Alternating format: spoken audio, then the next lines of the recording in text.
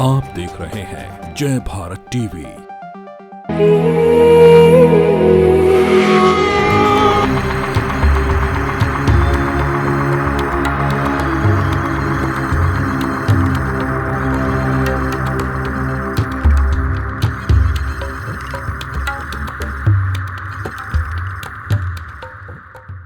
देहरादून की शांत वादियाँ, और इन शांत वादियों में जब भी कोई आता है तो उसे शांति की तलाश होती है। कहते हैं कि इन फिजाओं में आकर एक ऐसा अनुभव होता है जो शब्दों में बयान नहीं किया जा सकता। कुछ इसी सोच और अपने परिवार को लेकर पहुंचे थे यहाँ राजेश गुलाटी। जी हाँ, लेकिन इन्हीं शांत वादियों में एक ऐसा हत्याकांड हुआ जिसका शोर पूरी दुनिया ने सुना, पूरे देश ने सुना। जी हाँ, अनुपमा गुलाटी हत्याकांड। कहानी कुछ ऐसी है कि जब एक परिवार जो अमेरिका में रह रहा था, जिसके बाद वो परिवार दिल्ली पहुंचा और उसके बाद इन शांत वादियों यानी कि देहरादून पहुंचा, और यहाँ हंसता खेलता परिवार, 2 जुड़वा बच्चे और पति पत्नी। लेकिन इन्हीं पति पत्नी के बीच कुछ ऐसा हुआ कि एक ऐसा हत्याकांड हो गया जिसका जब भी जिक्र होता है तो उस हत्याकांड का जरूर जिक्र होता है। जी हाँ, देश में एक ऐसा बड़ा हत्याकांड हुआ जिसने सभी को झकझोर कर रख दिया था, अनुपमा गुलाटी हत्याकांड। तो आखिरकार कैसे हुआ यह हत्याकांड और क्या है वो खुलासे जो परत दर परत खुलते गए, और उसके बाद एक ऐसा हत्याकांड सामने आया जिसने सभी को ये बताया कि आखिरकार हालात, और जब कहते हैं कि गुस्सा आदमी के सर पर हावी होता है तो उससे क्या नहीं कराता। जी हाँ, अनुपमा गुलाटी हत्याकांड में भी कुछ ऐसा ही हुआ। आइए आपको बताते हैं।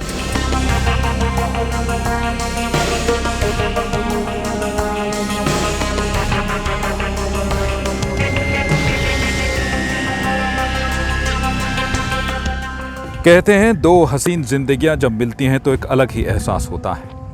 यही एहसास हुआ था राजेश गुलाटी और अनुपमा को। जी हाँ, ये प्यार परवान चढ़ा, और इस प्यार के परवान चढ़ने के बाद दोनों ने इसे एक नया रूप भी दिया और दोनों शादी के पवित्र बंधन में बंध गए। जी हाँ, 10 फरवरी 1999 को राजेश गुलाटी और अनुपमा ने लव मैरिज की। हंसता खेलता परिवार, जिसके बाद ये परिवार अमेरिका चला गया। जी हाँ, 7 समंदर पार अमेरिका में राजेश गुलाटी और अनुपमा गुलाटी रहने लगे। जिंदगी हसीन थी और आगे बढ़ती जा रही थी, क्योंकि पति सॉफ्टवेयर इंजीनियर और उसके बाद एक हसीन जिंदगी। लेकिन ये हसीन जिंदगी मोड़ लेती है। कहते हैं कि उससे पहले एक और हसीन पल इनकी जिंदगी में आया जब इनके जुड़वा बच्चे हो, एक बेटा और एक बेटी। जी हाँ, दोनों हंसी खुशी रहने लगे, और उसके बाद कुछ समय बाद ये परिवार दिल्ली लौट आया।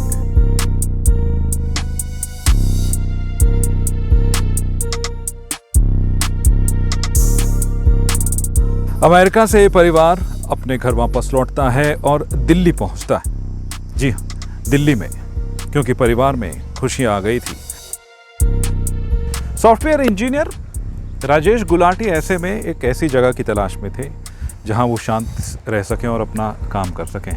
ऐसे में उनके मन में उत्तराखंड की राजधानी देहरादून आया, और जहां उन्होंने एक अपार्टमेंट में, गोविंदगढ़ में अपार्टमेंट में रहकर अपने इसी परिवार को रखकर अपनी ज़िंदगी जीनी शुरू की।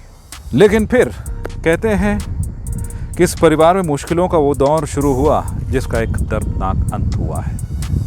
जी हाँ, अनुपमा गुलाटी की मौत और उसके बाद उनके 72 टुकड़े कर इस पूरे हत्याकांड को छिपाने की कोशिश करना। और खुद राजेश गुलाटी ने जब पुलिस इंक्वायरी हुई तो ये बात कही कि कोलकाता में उनका किसी महिला के साथ संबंध हुआ, और ये रिश्ता इतना आगे बढ़ा कि खुद शादीशुदा होने के बावजूद राजेश गुलाटी ने उस महिला से शादी कर ली।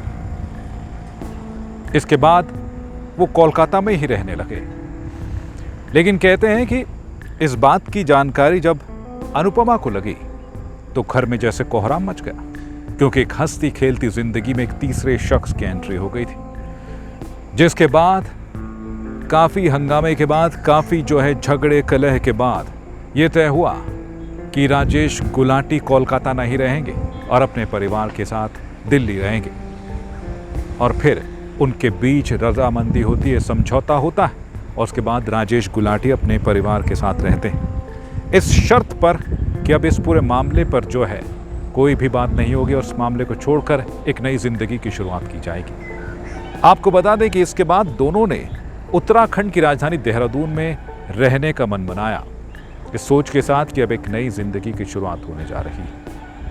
बताया जाता है कि जिस वक्त ये समझौता हुआ उस वक्त ये तय किया गया था कि राजेश गुलाटी जो है अनुपमा गुलाटी को कुछ खर्चा देंगे जिससे वो घर का खर्च चलाएंगी और उसके बाद एक नई जिंदगी की शुरुआत होगी। ये तो वो बातें हैं जो 2008 में हुई, लेकिन इसके बाद आपको बता दें कि इस मामले ने जो है कहीं ना कहीं दोनों के बीच एक ऐसी दरार डाल दी जो वक्त वक्त पर दोनों के बीच झगड़े का कारण बनती थी। बताया जाता है कई बार ये झगड़ा बढ़ जाता था और इसी झगड़े में इस हत्याकांड का रूप ले लिया।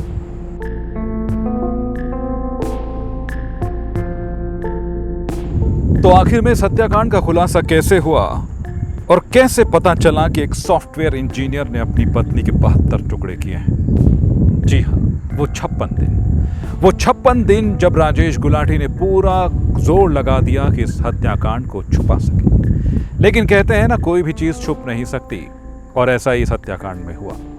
भले ही सॉफ्टवेयर इंजीनियर ने एक प्रोफेशनल बनने की कोशिश की हो और इस पूरे मामले को दबाने की कोशिश की हो, लेकिन इस पूरे मामले का खुलासा हो गया।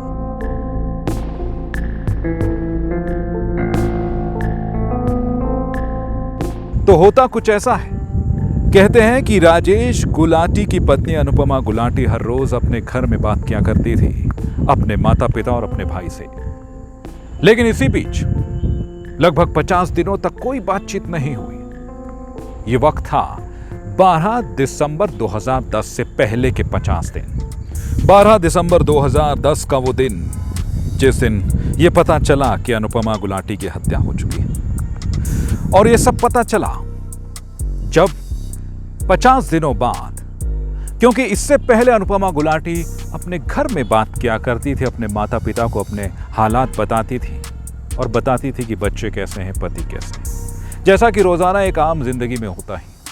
लेकिन जब 50 दिन बीत गए तो फिर अनुपमा गुलाटी के भाई को शक हुआ, अंदेशा हुआ कि आखिरकार ये क्या हो रहा है, इतने दिनों से अनुपमा गुलाटी का फोन क्यों नहीं आ रहा है। इसके बाद अनुपमा गुलाटी के भाई गोविंदगढ़ पहुंचे, उस अपार्टमेंट में जहां दोनों पति पत्नी रहा करते थे, जिसके बाद उनकी मुलाकात राजेश गुलाटी से होती है। यहां राजेश गुलाटी ने हर पैतरा अपनाया। जी हां, जब अनुपमा गुलाटी के भाई ने उनसे पूछने की कोशिश की उनकी बहन कहां चली गई है, पिछले 50 दिनों से उनका कुछ पता नहीं चल पाया और उनका फोन में जो है बात भी नहीं हो पा रही है। इस पूरे मामले पर राजेश गुलाटी ने उन्हें बहुत टालने की कोशिश की और ये बताने की कोशिश की कि अनुपमा गुलाटी नाराज होकर घर से चली गई। जी हां, राजेश गुलाटी ने उन्हें घर में बैठाया और ये बताया कि आखिरकार इस पुराने मामले को लेकर जो उनके रिश्ते में दरार पड़ी है उसको लेकर हर बार जो है झगड़ा होता है और इस बार झगड़ा कुछ ज्यादा बढ़ गया और यही कारण था कि अनुपमा गुलाटी जो है घर छोड़कर चली गई है। इस बीच यह सवाल भी उठता रहा कि आखिरकार अगर वो 50 दिनों से घर में नहीं है तो आपने आखिरकार पुलिस पर कंप्लेंट क्यों नहीं की। तो फिर राजेश गुलाटी ने अपने साले को यह कन्विंस करने की कोशिश की कि कोई बात नहीं, पति पत्नी में अक्सर झगड़ा हो जाया करता है और वो लौट आएगी। लेकिन फिर भी कहीं ना कहीं उन्होंने ये बात कही, ये जोर दिया कि पुलिस पर ज़रूर रिपोर्ट करानी चाहिए कि उनकी बहन कहाँ चली गई। और यहाँ अंदाज़ा लगाइए कि सॉफ्टवेयर इंजीनियर का दिमाग किस तरीके से चलता है। दोनों इस बात पर राजी होते हैं कि FIR कराई जाएगी पुलिस पर और ये पता लगाया जाएगा कि आखिरकार अनुपमा गुलाटी कहाँ है। आपको बताएं, इसके बाद ये होता है क्योंकि राजेश गुलाटी के पास अनुपमा गुलाटी का फ़ोन था और उस फ़ोन को लेकर जैसे ही पुलिस पर जाने की बात हुई तो अनुपमा गुलाटी के भाई के फ़ोन पर एक मैसेज आता है। और ये मैसेज क्या होता है जिसे जानकर आप भी चौंक जाएंगे। जी हाँ, बतौर अनुपमा गुलाटी ये लिख रही हैं कि मेरा पति से झगड़ा हुआ, उसके बाद मैं जा रही हूँ और अब मैं कहीं नहीं, कभी भी किसी से नहीं मिलूंगी। और ये बात सुनकर एक शक अनुपमा गुलाटी के भाई के मन में होता है कि आखिरकार अनुपमा ऐसा कैसे कर सकती हैं? और खुद जब एफआईआर होने की बात कही जा रही है उसी वक्त ये मैसेज कैसे आता है? ये सवाल वो उनसे भी पूछते हैं, राजेश गुलाटी से, लेकिन राजेश गुलाटी इस सवाल को टाल देते हैं। कहते हैं कि हो सकता है कि उन्होंने कहीं से मैसेज किया हो। इसके बाद यह तय हो जाता है कि एफआईआर जरूर की जाएगी। एफआईआर होती है, पुलिस के पास ये मामला पहुंचता है। देहरादून के गोविंदगढ़ अपार्टमेंट में पुलिस पहुंचती है और 2 घंटे तक बातचीत होती है, पूछताछ होती है कि आखिरकार ऐसा क्या हुआ कि अनुपमा गुलाटी जो है घर छोड़कर चली गई हैं और अभी उनका कुछ पता नहीं चल पाया है और 50 दिन हो चुके हैं। जी हाँ, पुलिस हर एंगल को देखकर जांच कर रही थी और पुलिस को इस बीच पुलिस कर्मी की एक नज़र पड़ती है घर पे रखे डीप फ्रीजर पर और पुलिस को यही शक होता है कि आखिरकार ये डीप फ्रीजर तो कहीं बड़ी दुकानों पर या फिर आइसक्रीम शॉप्स पर मिलता है या बड़ी दुकानों पर मिलता है। घर में इस डीप फ्रीजर की क्या ज़रूरत पड़ गई और वो भी नया डीप फ्रीजर। ऐसे में पुलिस कुछ सवाल करती है और ऐसे में ये देखकर कि पुलिस को शक हो चुका है, राजेश गुलाटी के हाव भाव बदल जाते हैं और यहीं से पुलिस की जांच शुरू होती है और पुलिस को शक होता है। बताते हैं कि पुलिस ने उसके बाद राजेश गुलाटी से पूछा कि आखिरकार इस फ्रिज को क्यों लिया गया है और पुलिस ने पहले इस फ्रिज को खोलकर देखा जिसमें कहते हैं कि कई पन्नियां रखी हुई थी। पुलिस ने पहली पन्नी निकालती और खोलती है तो उसमें मांस का टुकड़ा दिखता है। पुलिस को यह अंदाज़ा लगता है कि हो सकता है कि परिवार में जो है ये नॉनवेज खाने के शौकीन हो तो ये रखा हुआ डीप फ्रिज में कर।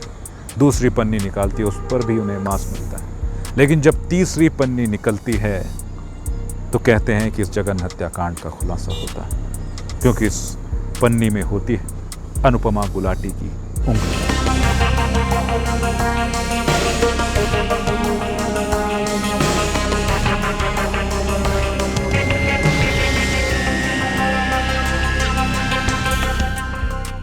पुलिस भी ये बात देखकर हैरान थी कि आखिरकार एक पति जिसने अपनी पत्नी के साथ 7 जन्मों तक रहने का वादा लिया हो वो इस हत्याकांड को कैसे अंजाम दे सकता है। कहते हैं कि उसके बाद इस पूरे मामले की परत दर परत खुलती गई। राजेश गुलाटी से जब पूछताछ की गई तो उन्होंने यही बताया कि जब झगड़ा बढ़ता गया और एक दिन ये झगड़ा इतना बढ़ गया कि उनके बीच हाथापाई होने लगी और उन्होंने अपनी पत्नी को धक्का दिया, जिसके बाद उनकी पत्नी का सिर बेड से टकराया और वो बेहोश हो गई।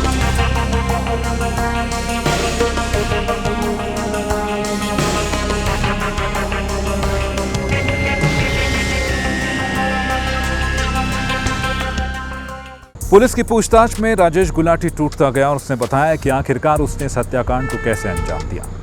उसने बताया कि एक दिन दोनों के बीच झगड़ा बहुत बढ़ गया और झगड़े के बढ़ने के बाद दोनों के बीच हाथापाई और हाथापाई में उसके धक्के से अनुपमा गुलाटी का सर जो है बेड के कोने पर लग गया, जिसके बाद वो बेहोश हो गया। इसके बाद राजेश गुलाटी बताता है कि उसका डर और बढ़ गया और उसने सोचा कि अगर अब वो अनुपमा गुलाटी को हॉस्पिटल ले जाता है और हॉस्पिटल में इलाज के दौरान वो ये बात कहती हैं कि इन्होंने मुझको मारा है, उसके बाद उन्हें जेल भी हो सकती है। इसके बाद राजेश गुलाटी ये बताता है कि उसने घर में रखी रुई उसके मुंह में ठूस दी, जिसके बाद उनकी मौत हो गई। इसके बाद बताते हैं कि 50 दिन कैसे कटे। राजेश गुलाटी बताता है कि इसके बाद उन्होंने अपनी पत्नी के शव को जो है बाथरूम में लॉक कर दिया और बच्चों को ये बताया कि मम्मा कहीं बाहर चली गई हैं घूमने के लिए।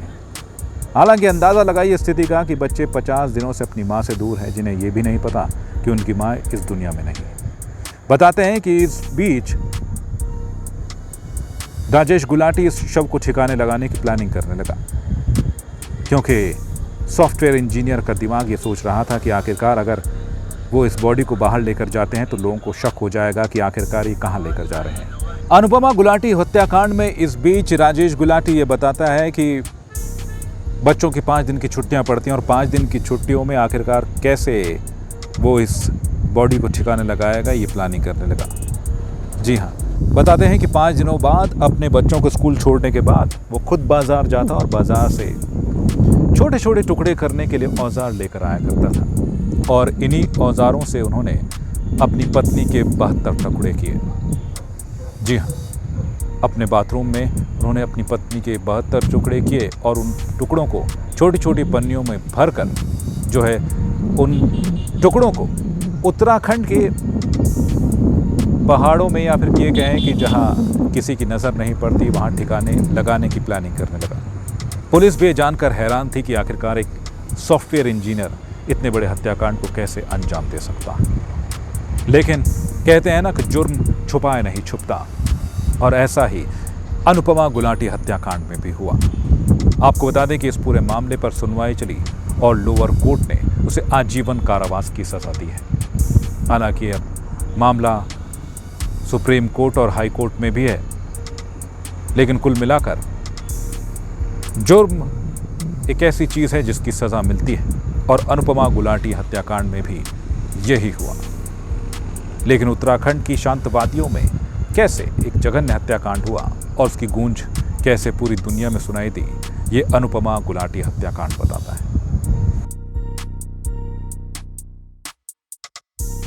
तो अनुपमा गुलाटी हत्याकांड ये बताता है कि जुर्म छिपाए नहीं छुप सकता।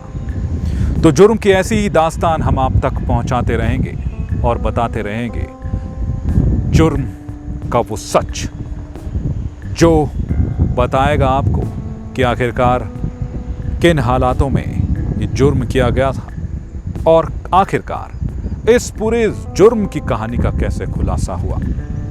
जी हाँ, जुर्म की दास्तान में आज के लिए बस इतना ही, लेकिन हम आप तक लगातार खबरें पहुंचाते हैं और देश, दुनिया और समाज का सच पहुंचाते हैं।